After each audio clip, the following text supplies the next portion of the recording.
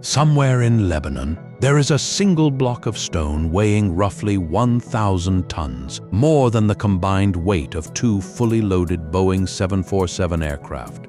It was cut from bedrock, shaped with real precision, and moved. No cranes existed, no engines existed, no wheels capable of bearing that kind of load existed anywhere in that era or that region, and yet it moved for a very long time. That fact has been treated as an unsolved mystery, and in the wrong hands, that mystery gets hijacked into wild, unsupported claims about lost civilizations, ancient aliens, and forgotten super technology conveniently erased from the historical record. None of that is true, and none of it is remotely necessary to explain what actually happened. The real explanation is more impressive than any of it, because your ancestors did not need magic, and they did not need secret advanced machinery. They needed something rarer, and arguably far more difficult to sustain: obsessive patience, brutal logistical organization, and a working understanding of physics they never wrote down as formal equations, but clearly understood, tested, and refined through direct, repeated practical experience. This is the real, extensively documented story of how ancient humans built things that modern engineers once genuinely assumed were flatly impossible without machinery, and why the actual scientific answer says far more about human ingenuity, patience, and cooperation than any myth ever could. Start in Baalbek, Lebanon, home to that 1,000-ton block known today as the Stone of the Pregnant Woman, sitting in an ancient quarry alongside an even larger, unfinished block that researchers estimate could have weighed over 1,600 tons had it ever been fully cut free from the surrounding bedrock. These massive stones were part of an enormous Roman-era temple complex, constructed on top of even older existing foundations, and for decades, professional engineers genuinely struggled to convincingly explain how a stone that heavy could have been moved even a short distance without access to modern hydraulic lifting equipment. Then, in 2014 and again in 2016, German archaeologists working with researchers affiliated with the University of Munich uncovered physical evidence that fundamentally reframed the entire mystery. Not evidence of new, unknown technology. Evidence of a specific, sophisticated technique. They uncovered the physical remains of dedicated transport ramps, packed earth pathways, clearly compacted through sustained, repeated heavy use over time, along with strong evidence suggesting the massive stones were moved using a carefully coordinated system of reinforced wooden sledges, long wooden levers, and enormous, organized teams of human workers pulling in careful, deliberately synchronized rhythm. Here is the part that should genuinely impress you far more than any speculative myth ever could. Structural engineers, who have since modeled the underlying physics of this exact method using only known ancient tools and locally available materials, have calculated that successfully moving a stone of this size would have realistically required somewhere in the range of 250 to 500 individual workers, quite possibly more, all coordinating their pulling efforts in precise, synchronized bursts, using packed earthen ramps, specifically engineered to reduce ground friction, combined with heavy timber sledges reinforced along their length to distribute the tremendous load evenly across the ground beneath them. This is not remotely implausible. It is simply an almost unimaginable feat of coordinated human labor, disciplined organization, and correctly applied physics, successfully achieved without a single powered machine of any kind. Now travel south to Egypt, because the pyramids remain, by a wide margin, the single most persistent source of impossible-sounding claims in all of ancient history, and the real, scientifically verified answer here is genuinely just as remarkable as any myth, arguably more so. For years, one particular engineering question dominated serious academic conversation. How did ancient Egyptian workers reliably move massive stone blocks, some weighing multiple tons each, across loose desert sand, a surface notoriously difficult to drag heavy objects across, since dry sand naturally tends to pile up in a resistant mound directly in front of any object being dragged, dramatically increasing the friction and effort required with every meter of movement? In 2014, a team of physicists at the University of Amsterdam, led by researcher Daniel Bonn, published detailed research in the respected journal Physical Review Letters that directly tested this exact problem through controlled laboratory experimentation. Their findings were remarkably elegant in their simplicity. By deliberately wetting the sand directly in front of a loaded sledge to a specific, carefully optimal moisture level, roughly 2 to 5% water content by volume, the research team found that friction could be reduced by as much as 50% compared to dragging the identical object across completely dry sand. Wet sand, at that precise moisture threshold, causes tiny capillary water bridges to form naturally between individual sand grains, meaningfully increasing the sand's overall structural stiffness and effectively preventing it from piling up chaotically in front of the moving sledge. Remarkably, this rigorous experimental finding lines up almost perfectly with existing ancient Egyptian artwork itself, discovered and studied long before the physics was formally understood. A well-known tomb painting from the tomb of Jehuti-Hotep, dating back roughly to 1900 BCE, clearly depicts a massive stone statue being dragged forward on a wooden sledge, with a single worker standing deliberately at the very front of the sledge, actively pouring water directly onto the sand, immediately in the statue's intended path. For a long time, some Egyptologists assumed this specific detail was purely ceremonial, ritualistic, or symbolic in nature. The confirmed physics now strongly suggests it was instead a specific, deliberate, and genuinely highly effective practical engineering technique.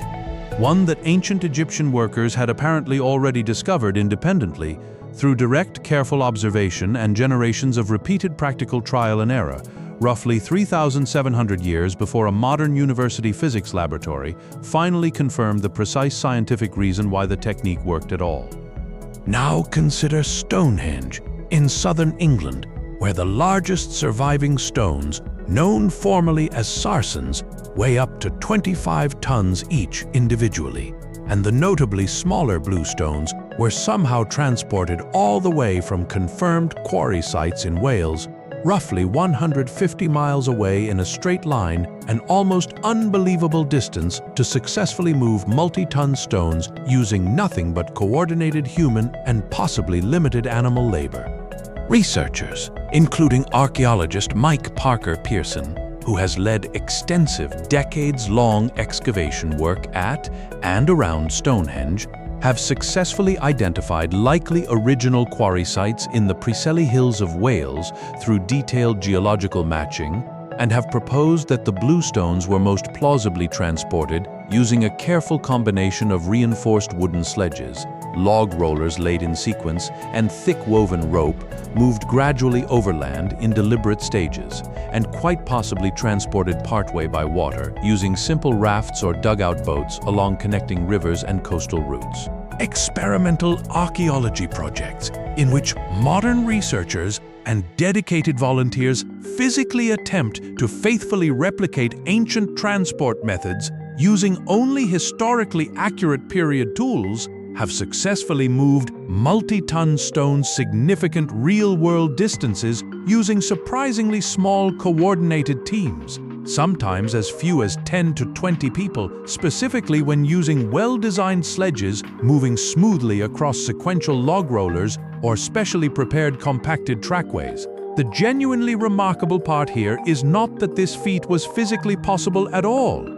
Repeated modern experimental archaeology has thoroughly confirmed, beyond reasonable doubt, that it clearly was. The genuinely remarkable part is the sheer, almost staggering scale of advanced planning, sustained coordination, and long-term, multi-generational commitment such a project would have realistically required.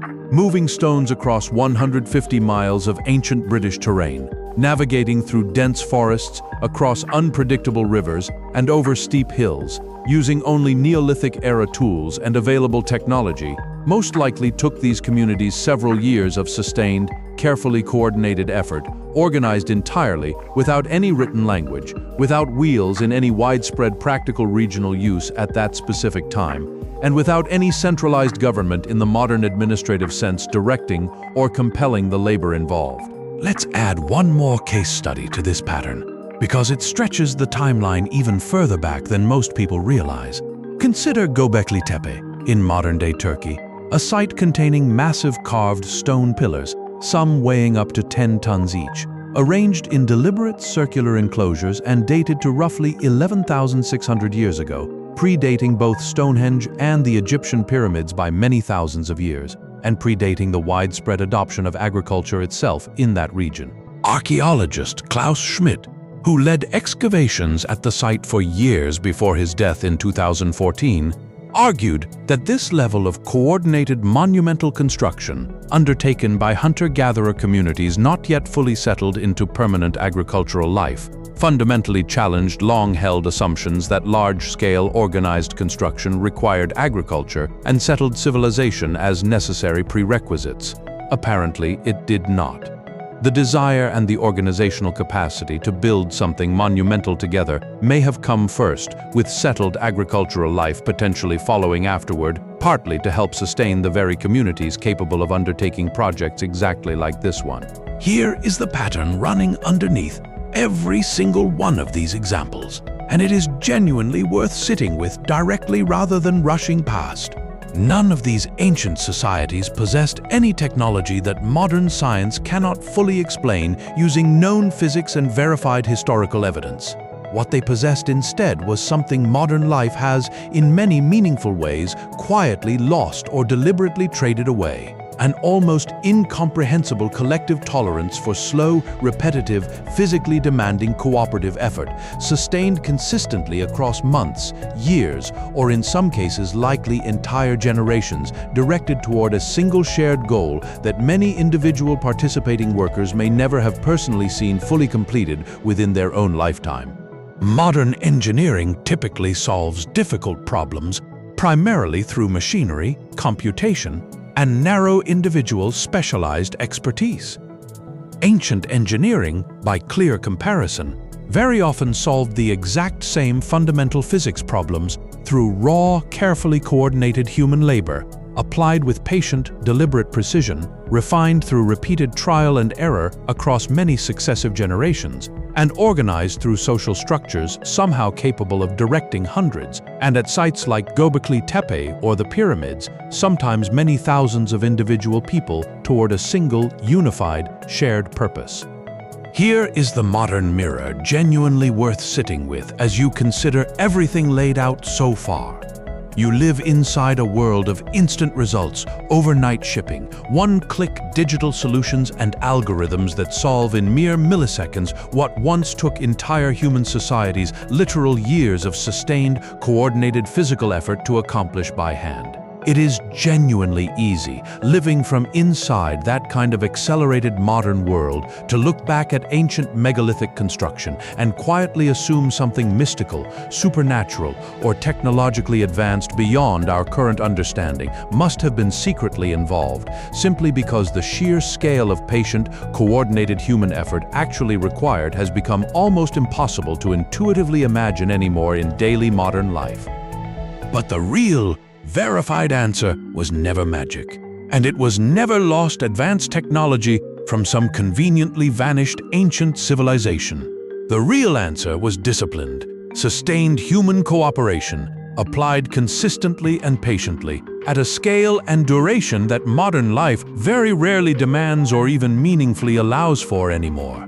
Your ancestors did not need machines to move 1,000-ton stones or raise massive carved pillars. They needed hundreds, sometimes thousands of coordinated hands, pulling and lifting in careful shared rhythm, and a genuine collective willingness to work steadily towards something far larger than any single individual lifetime.